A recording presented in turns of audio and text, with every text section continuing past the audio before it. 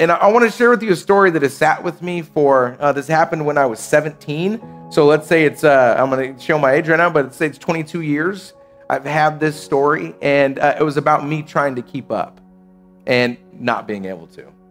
And when I was in high school, I applied for Westpoint Military Academy, got pre-accepted as one of their candidates. And when you're pre-accepted, you get to go for an overnight candidates day because you're going to West Point. And so I was like, this is great. I'm excited. I was in. I love the discipline, and it's wonderful. And you get there, and it's an incredible campus. I mean, it's regimented. It's incredible.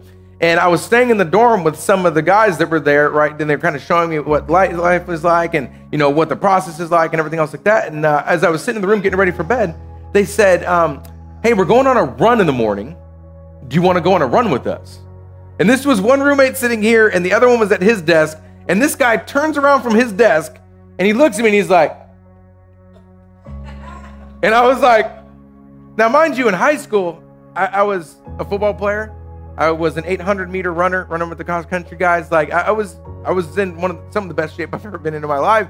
And I was like running in West Point, New York in the winter. And I was like, and the guy's like, and he doubled down. And I was like, and the guy I was looking at was like 6'4", 6'5", didn't look in shape. I mean, like he looked like a normal dude.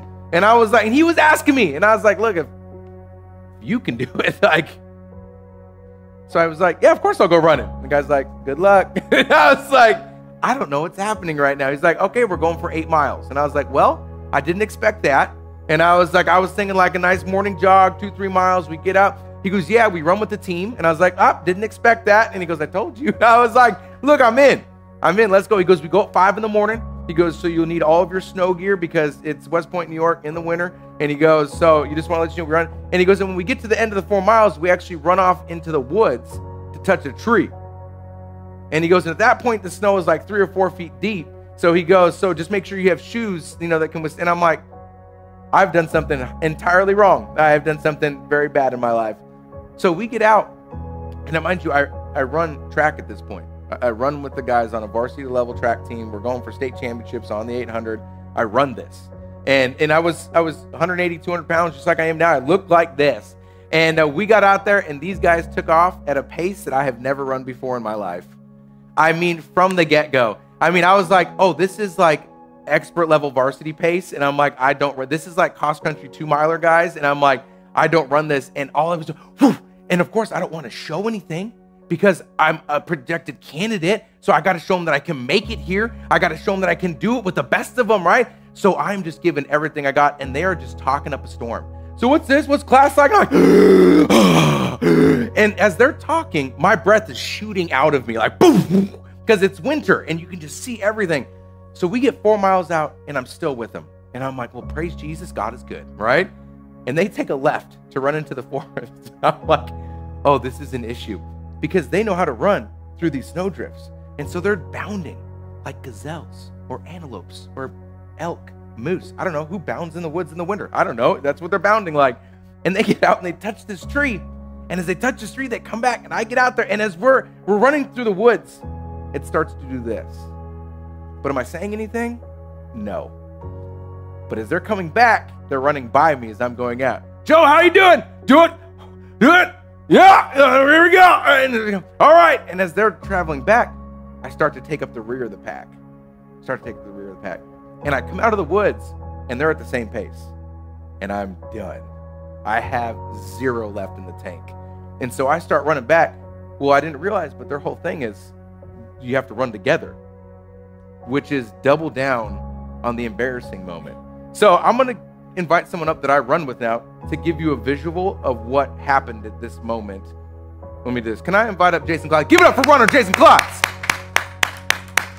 Jason Klotz invited me out for a run like, 6 months ago. He was on a 10-miler. I met him 3 miles to go. Didn't tell you I was coming.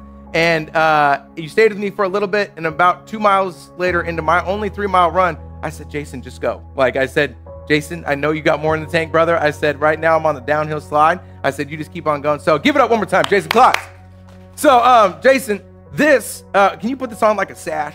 Can you put this on? So what I didn't realize, and come over here a little bit so I can get you into the light. There you go. So what I didn't realize when we were running is that every runner had one of these, you know, those like a reflective sashes, right? So I'm just using this as an example, but they had a reflective sash on, just like this, when they were running. I didn't, because I don't run with this group of people, but they do.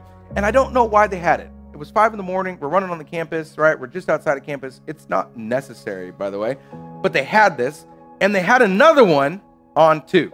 You can put that one on just in the same way. That's great. And okay, or the other way. He can run, but okay. So he had these pulled on, and I did not understand.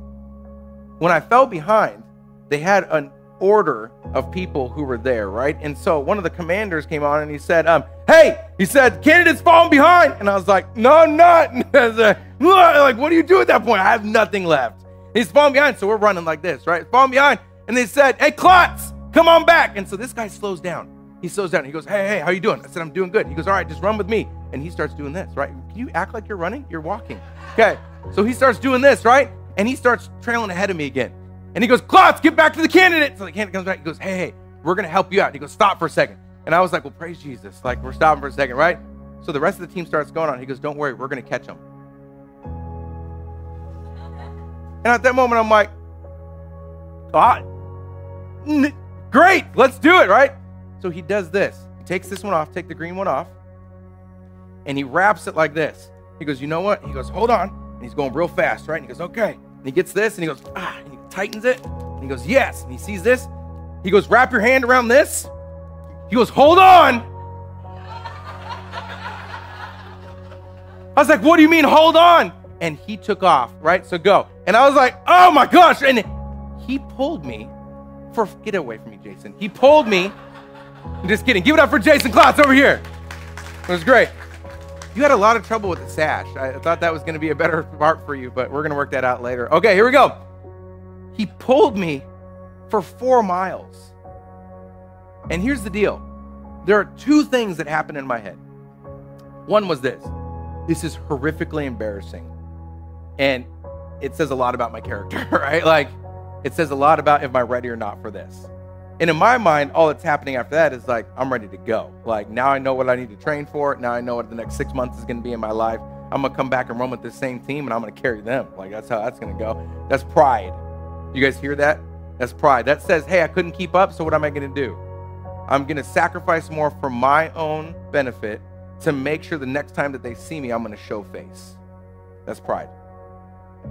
The other thing I could have done is go, wow, what an encouragement this individual is. This person stopped what they were doing, sacrificed their team run to come back to make sure that I was cared for, made sure they were next to me, and so much next to me that said, no, I'm not only going to let you just walk next to me, I'm going to run back with you, and we will carry each other through this. Did I hear that then? No.